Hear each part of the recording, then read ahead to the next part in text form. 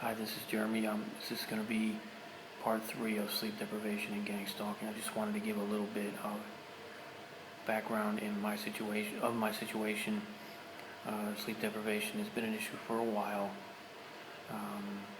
Back when I had an apartment and everything, but it's only been for about the last year that it's been this nightly ritual, such as I described in the last 2 videos. And actually, I mentioned the date 7/20/13 in one of the last videos, and that has a big significance for me because that night or that day, for whatever reason, I was kicked up to a higher threat level, and all of the activity which I already knew, such as sleep dep, community stalking, sound campaign, all of that just exploded and intensified many times over, especially for about the first 100 days after 7/20/13. And sleep deprivation had been present in most nights of the week before 7/20 of last year. I would be woken up, but not in the way that I described in the last 2 videos. And the truth is, at first, I didn't really know what was going on, because it was just so intense, and I was so bewildered and so confused. I really didn't know what was going on. I didn't know how they were doing this. All I knew was that the sound was constant and I couldn't go back to sleep. And at that time, when I first became aware, by the way, I don't know if this is a coincidence or not, 7/20 is also the exact same day I was told to Google organized gangstalking. So was that fed to me by the perpetrators who just thought I might be interested? Because if you think about it, what can you do about it anyway? If you find out what organized gangstalking is that going to help you stop it? Could have been part of the plan. I'm going to talk about 7/20 a little bit more later. All I knew was I was exhausted. I was barely getting any sleep for long periods of time, and when I did, I was just purely exhausted. It was in the heat of the summer, which just made it even worse. All this other stuff, like I mentioned, the sound campaign, everything just completely exploded. I suppose that the sleep deprivation actually is integrated with the sound campaign, and it's they're both part of the same type of thing. But in this series, I just want to specifically talk about the sleep deprivation. At that time, even though I was aware, I basically ignored everything that I saw on the websites, except for the community aspect, the people following you around, the bullying, the harassment, the slander, all the stuff that I experienced already for so many years, the workplace mobbing. And there was honestly so much kooky stuff, like aliens and demons and all this type of stuff, that I just completely ignored it. At this point, I had not read 1996 by Gloria Naylor. I had not read or gotten hold of the John St. Clair Quay papers. So synthetic telepathy and all that, I just lumped that in with space aliens and all that type of stuff. I never considered that this could have been developed for decades, and as soon as they basically figured out what they had back in the day, they hushed it up and kept on developing it pretty much in secret. And it took some painful experiences to figure out what was actually going on, because at first, and I'm not ashamed to say this, I was really naive, and I thought at first, as I was experiencing what I described in the previous video, I thought that it was because they had a camera where I sleep. I'm homeless, and I pretty much sleep in the same spot most of the time. And any TI will understand that it's not out of the ordinary for these type of the people that you deal with to spend the money to set up a camera pretty much anywhere where you spend time, anywhere where you spend a decent amount of time, whether it's a library, a restaurant, anything. They're going to want access to that location. All TIs are familiar with this.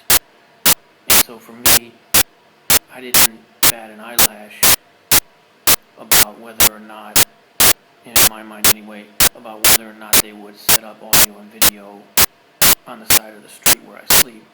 If I sleep there every night, I thought, then they're definitely going to do it, because it pays off to get those money shots of whatever it happens to be that they can entertain their people with, that they can keep the targeting going with. So I was so naive at first. I thought that it was a camera. I thought that the camera could see my eyes closing, and that perhaps it was, I don't know, infrared or something that could tell that when you were falling asleep, because I thought maybe your body heat signature changes when you fall asleep. I didn't know, and I was so naive that I thought, well, I'm going to face this way because the camera's got to be that way.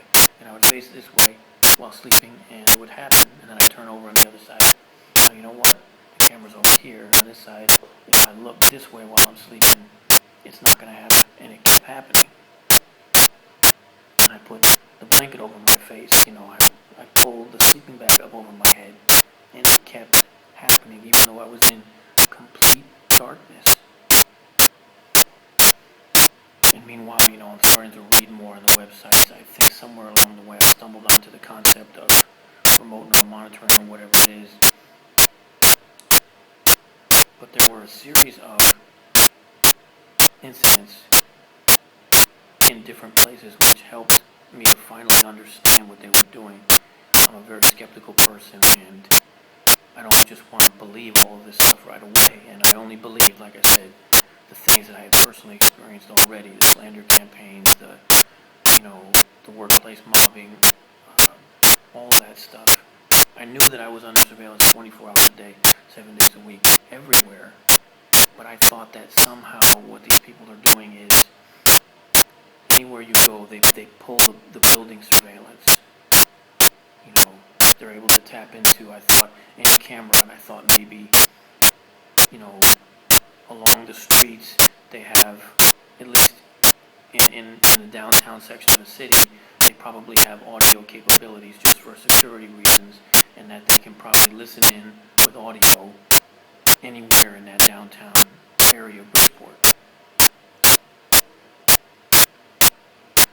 I don't have time to talk about all the incidents which helped me to start to realize that some of the things I had read about synthetic telepathy were true. But one thing in particular was a very formative experience.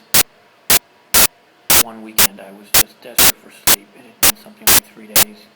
It was so hot I couldn't even keep my eyes open. And after I finished up my part-time job, thank goodness I have that part-time job, and that's why I'm able to make these videos. It's probably why I'm still alive. I'm so grateful for that.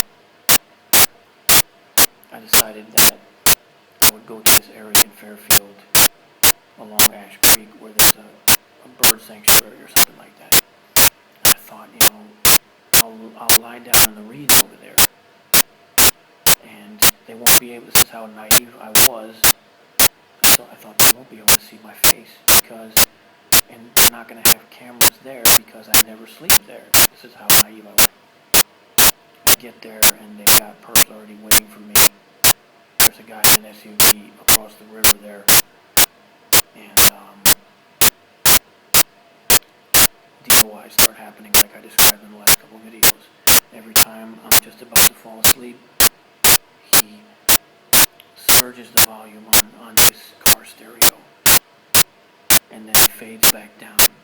It wasn't as if the song stayed loud. He would turn it right back down, and then I would I was so exhausted, I would just immediately start falling back to sleep. And he'd turn the volume right back up, and then fade it back down. And he just kept repeating.